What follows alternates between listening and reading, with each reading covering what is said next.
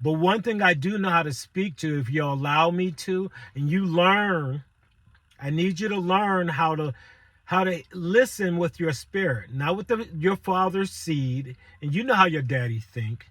We all know how our fathers thinks, and whatever. If somebody asks you, what would your dad say about it? You have an opinion.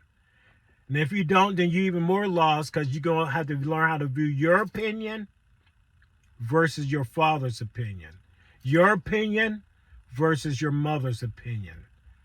And that's the first part that you do inside the home, so you can have your own opinion outside the house.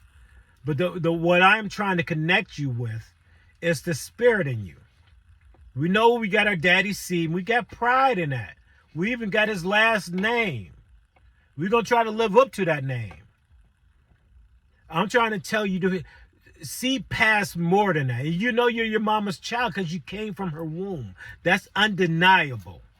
So we look for that part of our dad so we're going to latch on to. I want to give you something to latch on to even more.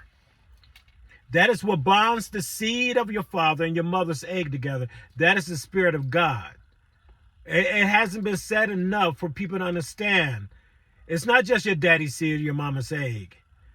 Your daddy been giving up that seed many, many, many times. And sometimes, trust me, he might have a wish that took effect with you. Understand that. And your mama's egg, was it ready? Was she ready? Who knows? But by the grace of who? God chose it.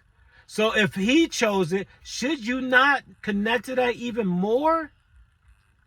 And when you learn how to not just see what your father's seed, but see with the Spirit of God, then you see as God.